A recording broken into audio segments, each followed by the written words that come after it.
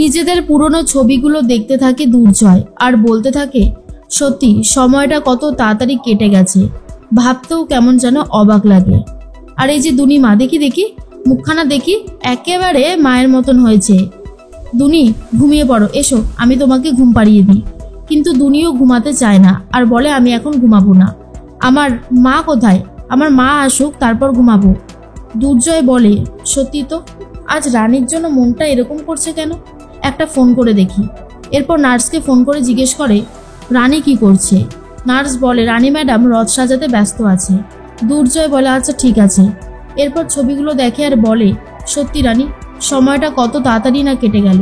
আমাদের মেয়েও হয়ে গেছে, সেও এখন বড় হয়ে যাচ্ছে, কিন্তু আমাদের ঝামেলার আর অবসান নেই। এর মধ্যেই দুজন কনস্টেবল, যারা কিনা পিকলুর ঘরের সামনে পাহারা দিচ্ছিল, তাদেরকে সরিয়ে দেওয়ার জন্য অনিশা একটা ধোঁয়া ছড়িয়ে দেয়। আর ধোঁয়ার মধ্যে ওষুধ মেশানো ছিল, তাই তারা অজ্ঞান হয়ে পড়ে গেছে। আর এরপর অনিশা আস্তে আস্তে ঢোকার চেষ্টা করে পিকলুর কেবিনে। এর মধ্যেই অলোক সেনের সাথে অনিশাই কথা বলেছিল রানীকে শেষ করার জন্য। বাড়িতে গিয়ে সবার সামনে রানীকে বলেছিল রথ সাজাতে এমনি এমনি না, যাতে রানীকে শেষ করতে পারে তার জন্য। শালিনী আর অতসীকেও সরিয়ে দিয়েছিল রানীর জন্যই অনিশা, যাতে শালিনী আর অতসীর কোনো ক্ষতি না হয়। পেশেন্ট দেখার নাম করে অতসী আর শালিনীকে সরিয়েছে অনিশা। একাই সাজাচ্ছিল রথটা, তার মধ্যেই ঘটে গেল একটা জোরে বিস্ফোরণ। আর তখনই দুর্জয় বুঝতে পেরে গিয়েছিল কিছু একটা ঘটেছে। নার্সিংহোমে কি হয়েছে জানার জন্য ফোন করেছে শালিনীকে।